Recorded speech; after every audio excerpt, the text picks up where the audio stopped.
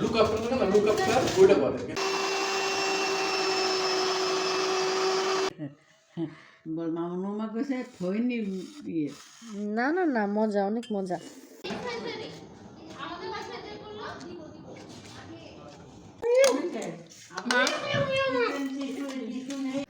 আসসালামু আলাইকুম এভরিওয়ান।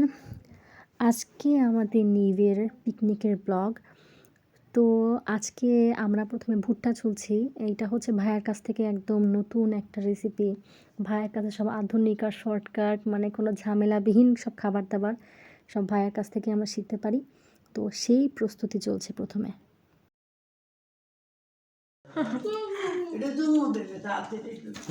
এক চিমটি লবণ, হালকা একটু মরিচের গুঁড়ো,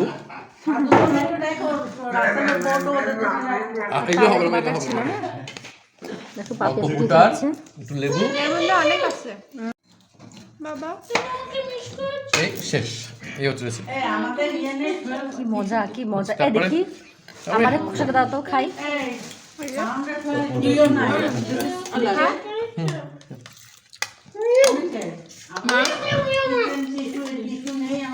মেন হচ্ছে বাটার মেন, এটা মেন হচ্ছে বাটার, যেটা ভালো লাগে। আর লেবু দিয়েও অন্যরকম ফ্লেভারটা আরো মজা হচ্ছে। কিন্তু এই ভুটার একটা এটা ভালো লাগে, যে সুইট যে ভুট্টা আছে, সুইট কর্ন, ওটা বেশি মজা। মন থাকলে বলতো কি মেসি মেসি। আম্মু আসতেছে, হ্যাঁ আম্মু খুব পছন্দ করে। আম্মু আসতেছে, আম্মু থেকে আসবো, নামাজ পড়ে তারপর আসি। হ্যাঁ, এই যে খালামার আমি বসে নুডলস পার্টি করতেছি। বল মামা কইছে থইনি ইয়ে না না না, মজা, অনেক মজা। এটা স্যুপ নুডলস, খুব মজা।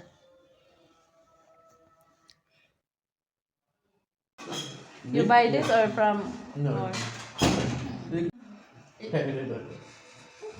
মানে এদিকে কি করবে, কি রান্না করবে সে বলো। আর আগে একটু দেখা কি লাগছিল মানে এইটাতে বার্গারের পেটিটা হবে না, এগুলো দিয়ে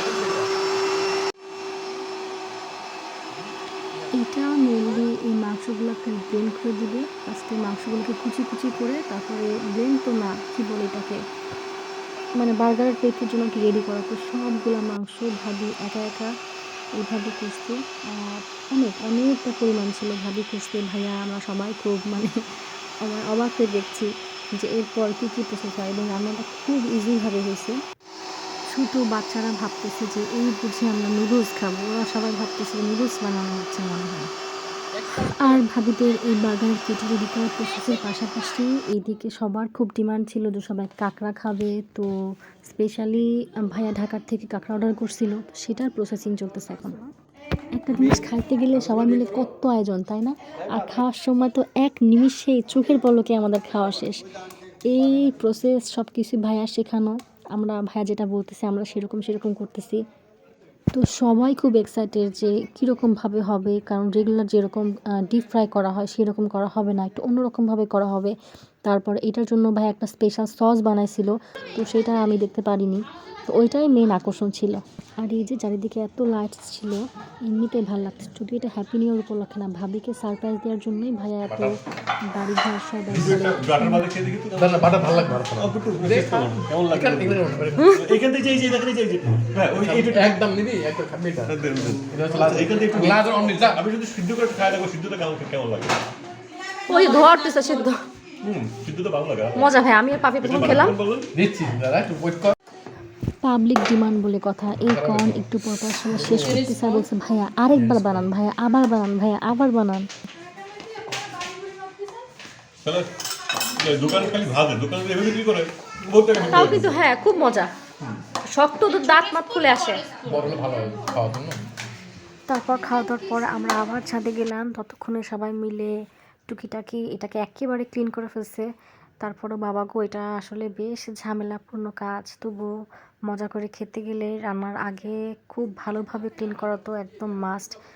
তো এই তো এখন এটা রান্না শুরু হবে। তারপর আস্তে আস্তে সব ভাবিরা আসলো, আপুরা আসলো, খালাম্মারা সবাই মিলে। তো যাই হোক, এখন একদিনে যদি বড় একটা পোস্ট দিই তো অনেক বেশি লং হয়ে যাবে। ইনশাল্লাহ আগামী দিন রান্নার ভিডিওটা দেখাবো। আজকে আল্লাহ হাফেজ।